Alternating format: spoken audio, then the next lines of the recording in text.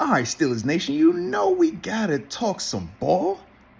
Cleveland Browns, Pittsburgh Steelers, 1 o'clock out there at they bummy stadium. It don't matter. Hit that like button on the front end and don't forget to subscribe. We gotta talk some key matchups for this game. All right, so got to start it off at the top of this thing, right? Whenever you talk about the Cleveland Browns, specifically this week, you got to stop the run, man. So I'm talking Mark Robinson and Landon Roberts, man.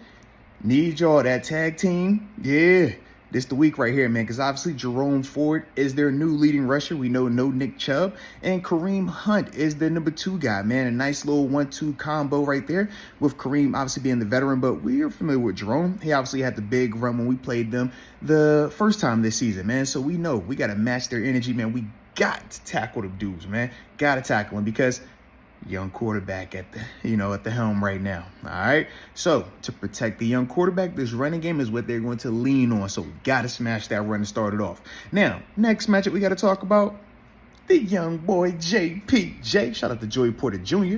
More importantly, man, he's going to get another test, man, in terms of Amari Cooper.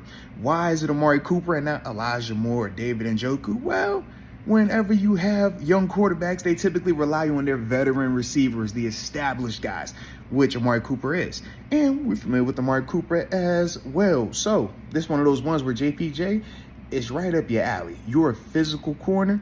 He's a physical receiver. You run just as well as he does, man. So the big thing is don't allow him to vet savvy you, which I don't anticipate happening. But that's definitely the second most important part in terms of stopping this Browns offense, man. All right, smash that run, then it's Amari Cooper time. Next matchup we got to talk about, though, is on our side of the ball, the offense side, right? Because technically we always got the ball. Defense, we just taking it away. That's all. But on offense, man, Dan Moore. This is your matchup of all matchups, your claim to fame. Whenever we talk Dan Moore, we always bring up the fact that he blocks Myles Garrett. Everybody loves Myles Garrett, and Myles Garrett does not seem to do anything when he's playing against us. And large part of that has been Dan Moore and the quarterback getting rid of the ball kind of fast and the scheme, But either way, in all seriousness, man, this is one of those ones where Dan Moore, you are super familiar with Myles Garrett, and we know Myles is getting all the hype, right? Front runner for Defensive Player of the Year and all this other nonsense, right? PFF's poster boy. Don't matter. Really does not matter, because then you got to do your job, and I anticipate him doing that, man. Stay competitive, fight it out like we supposed to. Don't let him take over this game.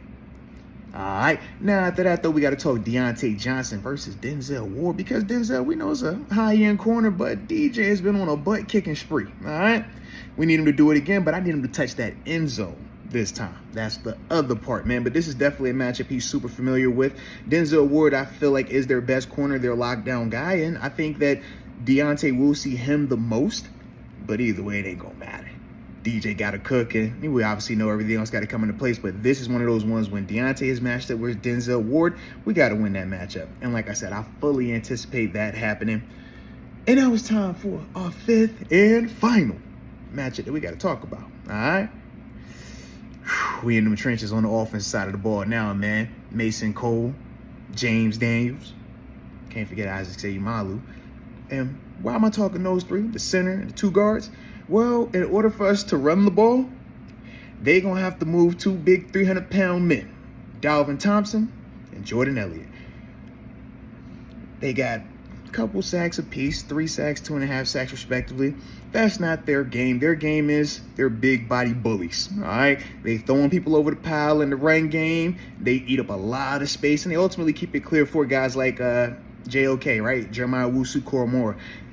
These 2 guys are what makes their defense versus the run a lot better, a lot more stout. So it's going to be critical for Mason, for James, and for Seumalo, man. They got to win this portion of it to ultimately allow Naj and Jalen, or should I say Jalen and Naj, to do what they're supposed to be doing out there, all right? But we've seen when those guys have a time, when those guys have a little bit more of a hole, to run through and they ain't getting hit directly in the backfield, pretty talented, all right? So we got to get more of that action, but it starts up front with those guys right there, all right? So those are the key matchups that I'm looking forward to seeing, that I truly feel, man, if we can win these matchups, we should take care of business come Sunday night. But you guys let me know your thoughts in the comment section. But either way, you know I appreciate you for tuning in. And until next time, baby, peace.